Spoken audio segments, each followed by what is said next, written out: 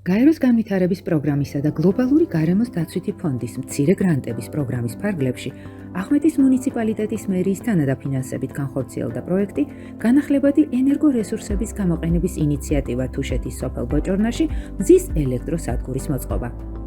სამიზნე არეალში ელექტროენერგიის მიწოდება საერთოდ არ ხდება.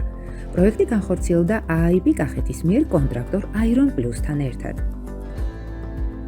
ელექტროსადგური 15 კილოვატიანია, რაც სოფელში და საერთოდ თუშეთში ბევრი პრობლემის გადაჭრის საშუალებას იძლევა, მათ შორის კლიმატის ცვლილების შერბილების, მოსახლეობის მთელი წლის მანძილზე ადგილზე დამაგრების, ტურისტული ინფრასტრუქტურის გაუმჯობესების, მოსახლეობის ცნობიერების დონის გაზრდის ალტერნატიული ენერგიის წყაროების შესახებ და მოსახლეობის ეკონომიური მდგომარეობის გაუმჯობესების არა მარტო სოფელ ბოჭორნაში, არამედ თუშეთის უმეტეს ნაწილში.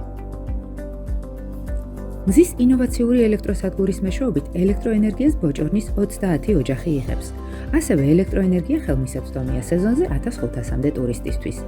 ექსპერტ-სპეციალისტების მიერ ბოჭორნას და მეზობელი თემების წევრებისათვის განახლებადი ალტერნატიული ენერგიის წყაროებზე და მათ გამოყენებაზე პროექტის ფარგლებში ჩატარდა ტრენინგები. პროექტში თემის თანამონაწილეობა განისაზღვრა თემის წევრების მიერ საკუთარ სახლებში დენის გაყვანით, სულ 30 კომლი.